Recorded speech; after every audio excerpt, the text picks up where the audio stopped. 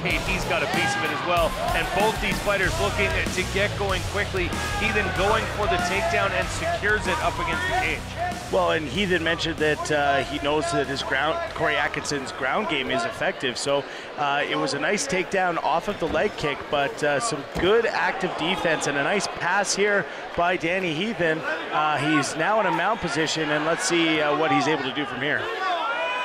Looks to be lining up at Atkinson, and some big bombs being thrown from the top in the early going of this exchange by Denny Heathen. Yeah, and just it's good patience here shown by Denny Heathen.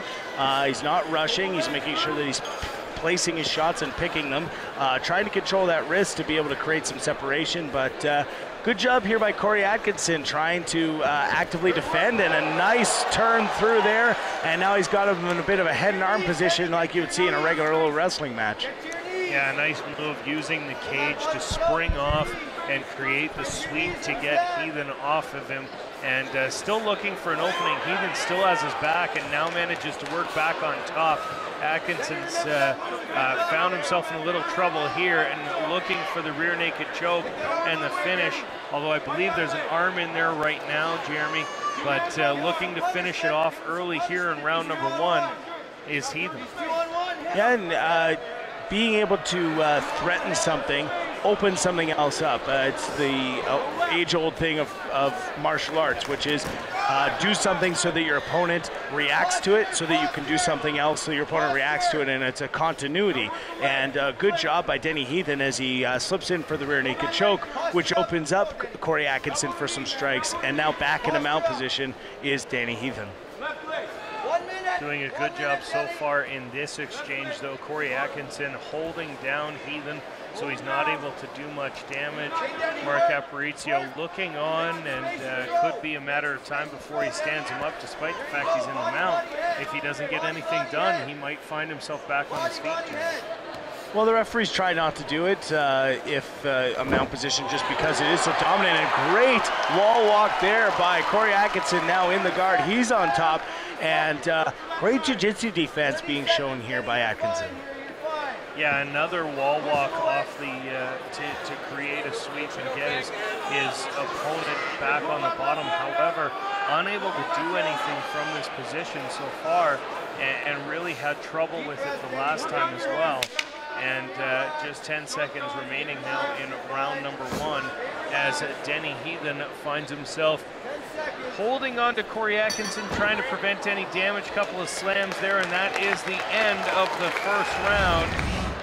Oh, big head kick attempt there by Corey Atkinson. And trying to use his legs like he did in the early part. Nice swinging uppercut, but I don't think it caught. And this is another problem I have, where you come into contact and then you try and do a takedown of something you're not successful or you're not capable of doing. Those throws from standing position where you end up going backwards and your opponent goes over top are very low success. And it's something that is vastly used in MMA, and almost every single time you end up on your back with your opponent on top of you. Well, it really seemed there that he might have been trying to pull guard intentionally, get off his feet, knowing that the striking really worked out in the favor of Heathen once before. But at the end of the day, he's given up a dominant position to an opponent that really had success against him on the ground in the first round. Might not have been the wisest choice. Well, I don't think it's ever a wise choice to give up a dominant position. Sure, I might want the fight on the ground too, but I want to take the fight to the ground with me on top. The submissions aren't as plentiful from the top as they are from the bottom, but I can still punch a guy and be effective damage, and then perhaps land one of those submissions from the top, like an armbar, like a Kimura. So, again, I question the strategy here by Corey Atkinson if he, in fact, did pull guard, but Denny Heathen is willing and able and happy to end up in that position.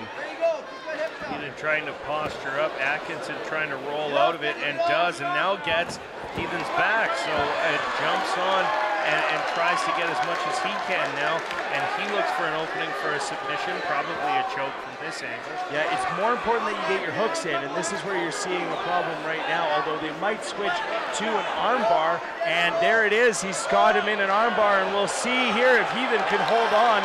It's important to really put some pressure down, and he does get the tap out, so Heathen is going to lose this one. Atkinson gets his revenge, and he's going to push his record to 4-4 as an amateur.